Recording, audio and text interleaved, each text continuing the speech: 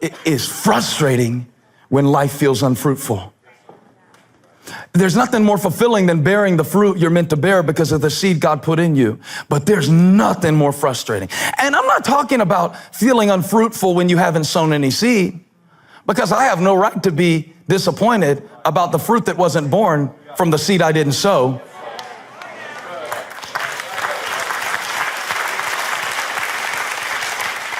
I have no right to be disappointed about the A I didn't get from the book I didn't open.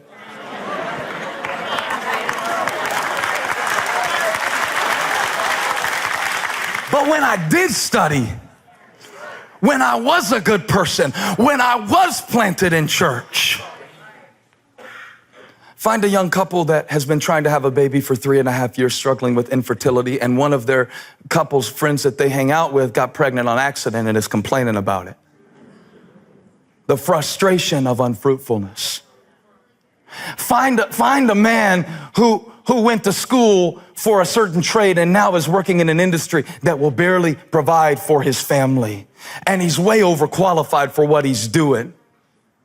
There's nothing more frustrating than feeling unfruitful. Notice I said feeling unfruitful. I didn't say being unfruitful.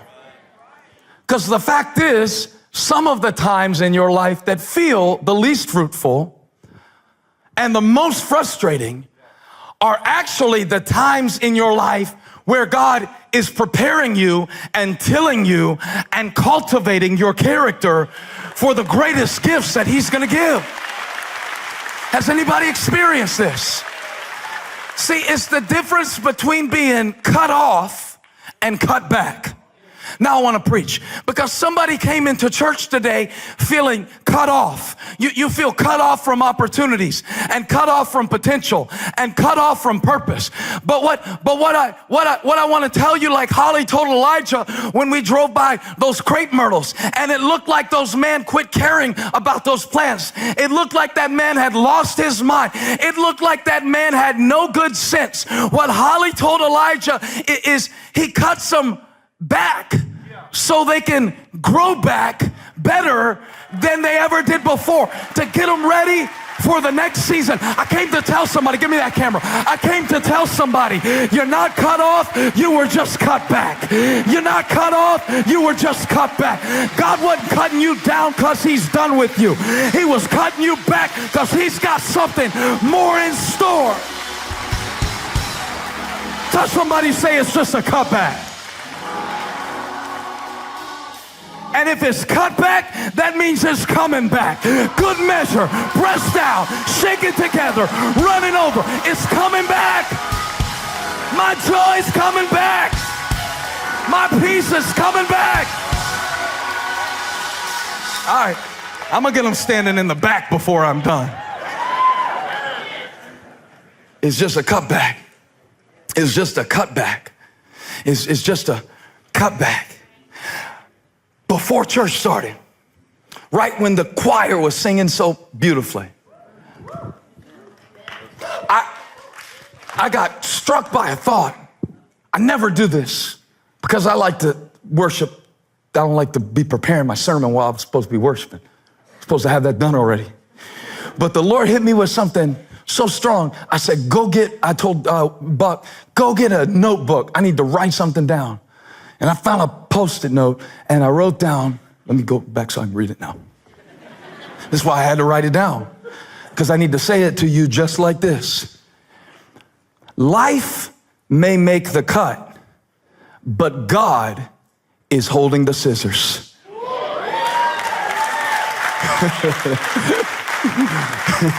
And I felt like if I would say that to somebody, it would change your perspective on the pain you're experiencing. Because all you can see is what people are doing to you. Snip, snip. All you can see is what the company did to you. Snip, snip. All you can see is what the disease is doing to your mom. Snip, snip. But if you can ever realize that no matter how life cuts you, it's God that controls your destiny. My Father is the gardener. He knows just where to cut, when to cut, how to cut to make it grow back better. Told you they'd be standing in the back. Who was that for? Life may be cutting you. People cutting you, but God is superintending this process. It's just a cutback.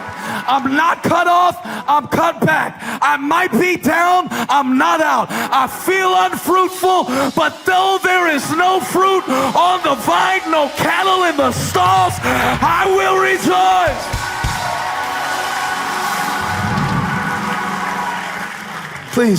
Please believe me when I say I know the frustration of unfruitfulness.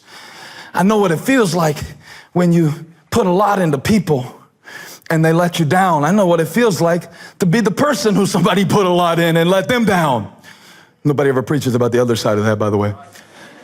I know the frustration of unfruitfulness. And yet in this beautiful passage of Scripture, John 15, which everybody in the church has memorized,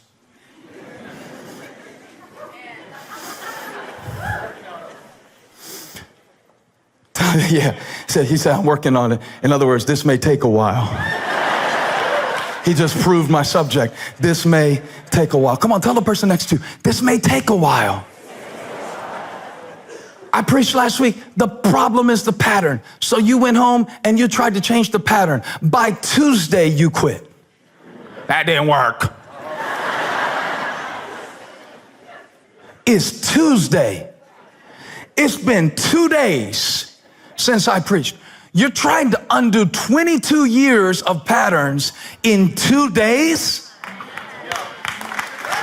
This may take a while. You cheated on your wife 4 times and you expect her to forgive you in 4 minutes? This may take a while. Your kids saw you live without God for 14 years. And now you don't understand why they don't want to come to church with you and they think you're a hypocrite? This may take a while. You've been eating one way, thinking one way, approaching life one way. You want God to undo in 45 minutes of preaching what took 45 years of living to plant in the soil? This may take a while.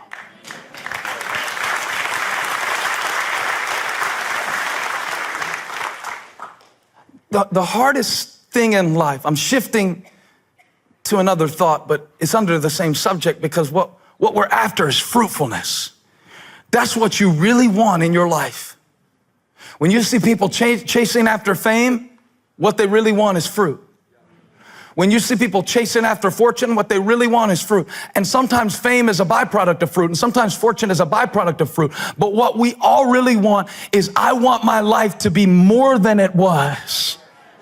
I want it to be more next year than it was last year. I want it to be more in a decade. I want my life to be greater in peace, and I want to be greater in wisdom, and I want my home to be greater in love. I want to be fruitful, but I'm frustrated. All because of this one little word, while.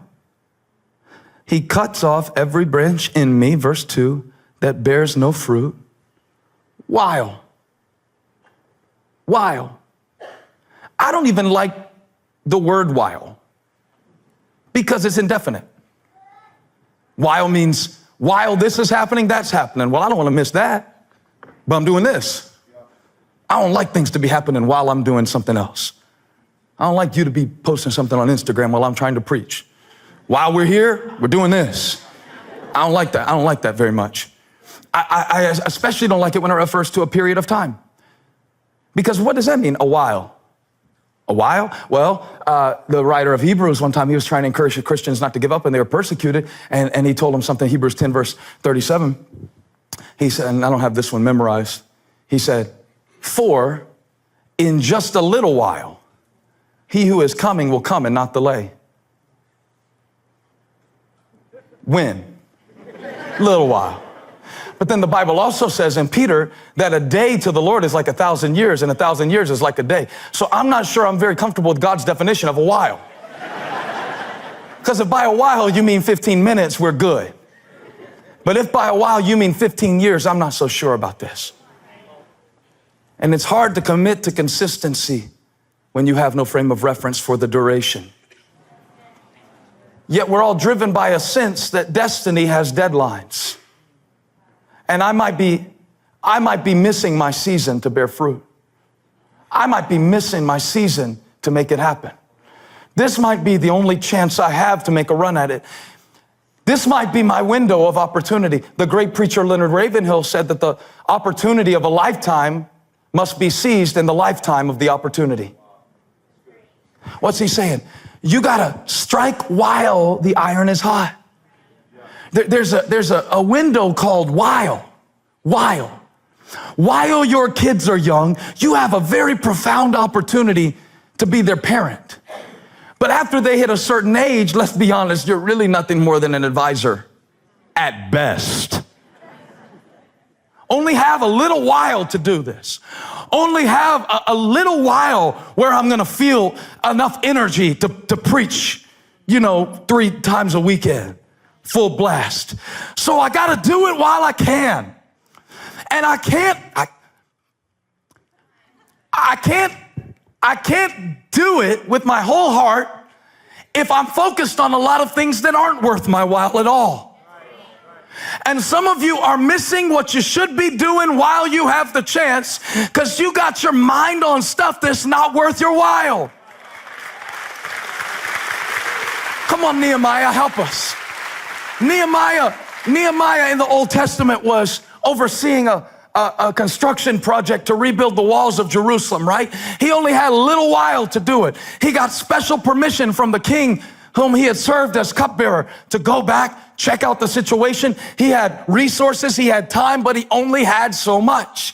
God is an unlimited resource. That's why Jesus is the vine. You are a limited resource. That's why you're the branch. You only have a while. The grass withers, the flowers fade. The days of man are like grass, here today, gone tomorrow. I only have a little while. I only have a little while for this. I know it seems long, but it's really only a little while. It's just a little while. So Nehemiah sets out and begins the great work of rebuilding the walls, and is going well. He's fired up everybody in the vicinity except the enemies, because when everybody gets fired up about the work of God, there will be a pushback from the surrounding people who are afraid that they're losing territory because of what God is building. Nehemiah's situation exhibits this because the enemies tried to call him out of where he was supposed to be, and while he was building, they wanted to arrange for him to have a meeting with them. And they were conspiring to hurt him. They were conspiring to distract him. They were conspiring to get him off the wall.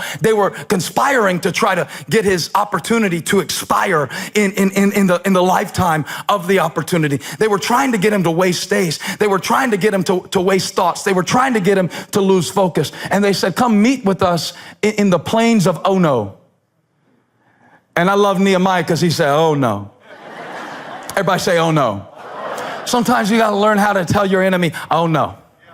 Oh no, that's not worth my while. Watch Nehemiah. This is a master class on leadership, y'all. So I sent messengers to them. He didn't even have the conversation himself. I'm not even having this conversation. This is not worth my while. He said, I sent messengers to them with this reply: I am carrying on a great project.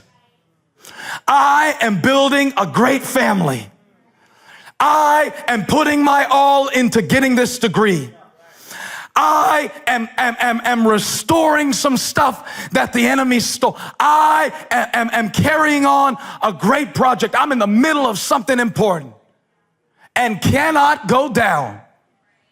Why should the work stop while I leave it and go down to you?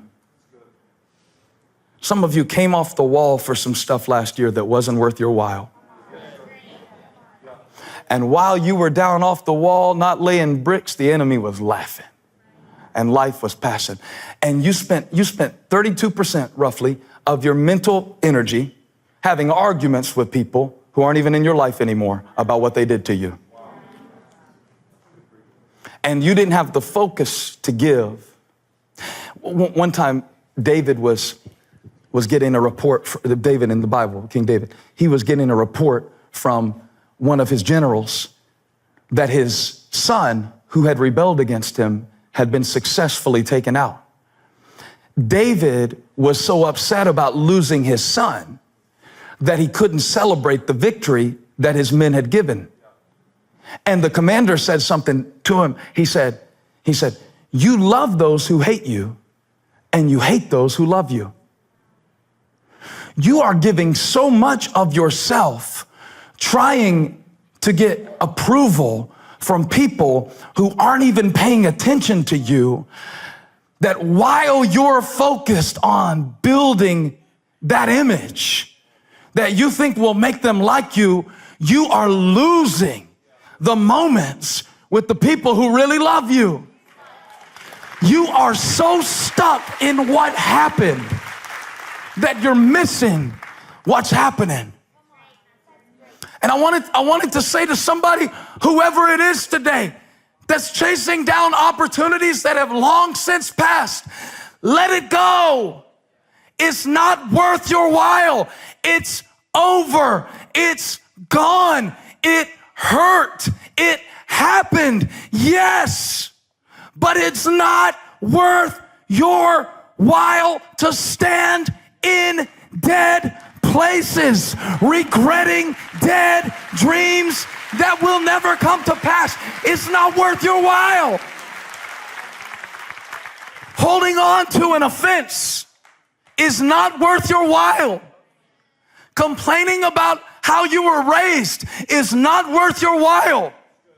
Resenting the opportunities that you didn't have is not worth your while. Because while you're focused on that, you can't build this. Every moment you spend on the plains of Ono is a moment you sacrifice that you could be putting another brick on the wall. Now come on, let's get back to building. Let's get back to construction. Let's get back to the great project God has called you to. Let's get back to what's worthwhile. What's really worthwhile? That's what I want to answer today. What's really worth your while? See, you can't be consistent at everything. So we're in a series about challenging our inconsistencies. But the first thing to challenging our inconsistencies is to prune the things that shouldn't be a priority. Because if there's too many branches in your life and if there's too many pursuits, it's going to be sucking all the stuff that should be flowing somewhere else. If there's too many commitments, you won't be consistent in any of them. So God says, like I prune you, I want you to prune your own life. I want you to prune your priorities. I want you to ask the question that even adults rarely stop to ask. Is this worthwhile? To make decisions at a different level so you can keep commitments at a higher one.